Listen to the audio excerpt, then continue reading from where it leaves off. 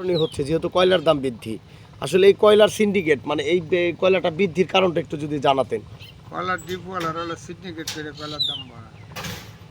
গত বছর আপনি কত করে কয়লা কিনেছিলেন টন প্রতি, এই বছর কত যদি একটু জানাতেন।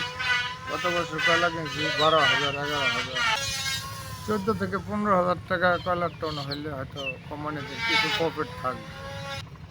এই সাটুরিয়া থানায় মাটি কাটতে দেন, মাটি কাটতে হয় ওই টাঙ্গাইল ডিস্ট্রিক্টের থেকে কিছু কিছু, ওখান থেকে বন্ধ করে দিচ্ছে মাটি।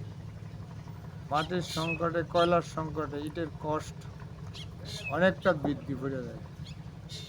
কষ্টে আপনার নাম্বার পিকেটের দাম আসে হলো কমপক্ষে কষ্ট পড়ে যাইতেছে 39,000 টাকা, 3,000-এর গাড়ি বিক্রি করতে হইতে আছে 32,000 টাকা, 30,000 টাকা প্রতি গাড়ি, প্রতি 10 থেকে 12,000 টাকা লসে আছে। যদি মাটি কাটার অনুমোদন না দিত, শহর কিভাবে হবে? শহর হবে কিভাবে? সাধারণ গরিব মানুষ তো ইটের ঘর করতে পারবে না। এর বিনয় এলো আপনার মাটি কাটার অনুমোদনটা দেওয়ার জন্য 1 ফসলি জমিন অথবা পুষ্করণীর মাটি।